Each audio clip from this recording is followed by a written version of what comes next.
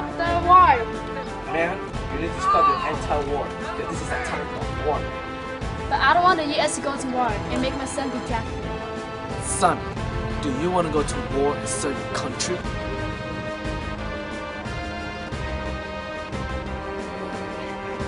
Yes? Good. Hey, you're not taking my son to a foreign country. If you don't stop your anti-war, this will happen to you. Sentence 20 years in prison. Your disloyalty will be punishment. If you spy on the government, you are against home country, which lay to jail or prison.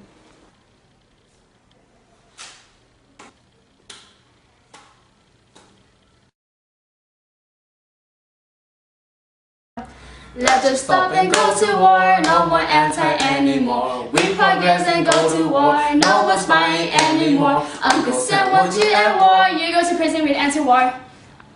This is the law of Espionage and Sedition Act that was passed in 1917. The Espionage Act of 1917 was made to target those who infringed the draft. Espionage Act of 1917 was a law passed that gave fine and jail time for performing anti-war activities.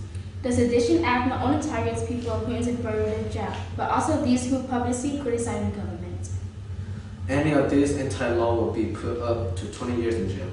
This caused people to be afraid of a possible communist revolution.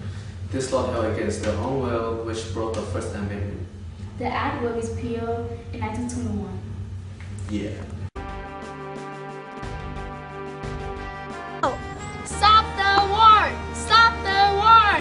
Stop the war! You. Stop the... My coffee wrong. Yeah. I don't want the US to go to war and make my son be drafted.